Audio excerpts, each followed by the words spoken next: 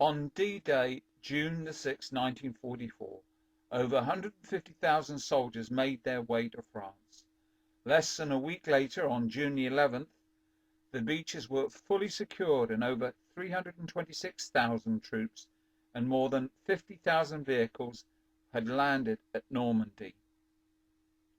But the Allied ports would not be sufficient to load men and equipment onto all the available vessels.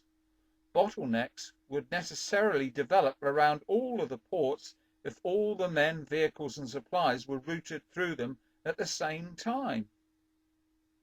In May 1942, Mountbatten ordered the construction of 11 purpose-built hards to serve landing craft and ships that would support his commando operations on the European coast. The first use that some of these hards would see was in the Dieppe raid in August 1942, and eventually a further 57 hards were built. Southampton had 4 hards, 3 along the Test estuary and the 4th at Northam on the River Itchen, shown in the film.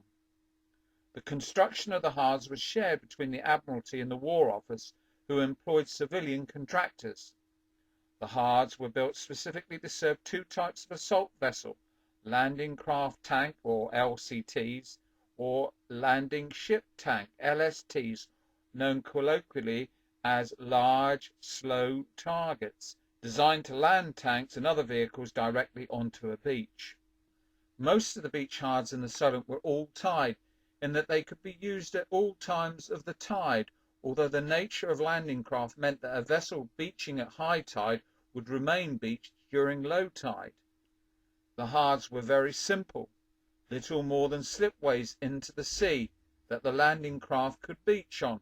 Some made use of existing slipways, but were suitably reinforced to create a tough all-weather apron that would not erode or shift like a soft beach, and that heavy vehicles could drive onto to reach the vessels.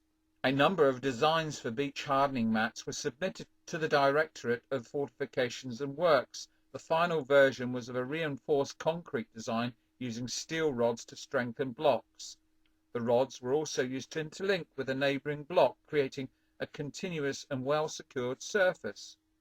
The blocks were given a griddle pattern on the surface for improved grip, which has led to their common name of chocolate blocks.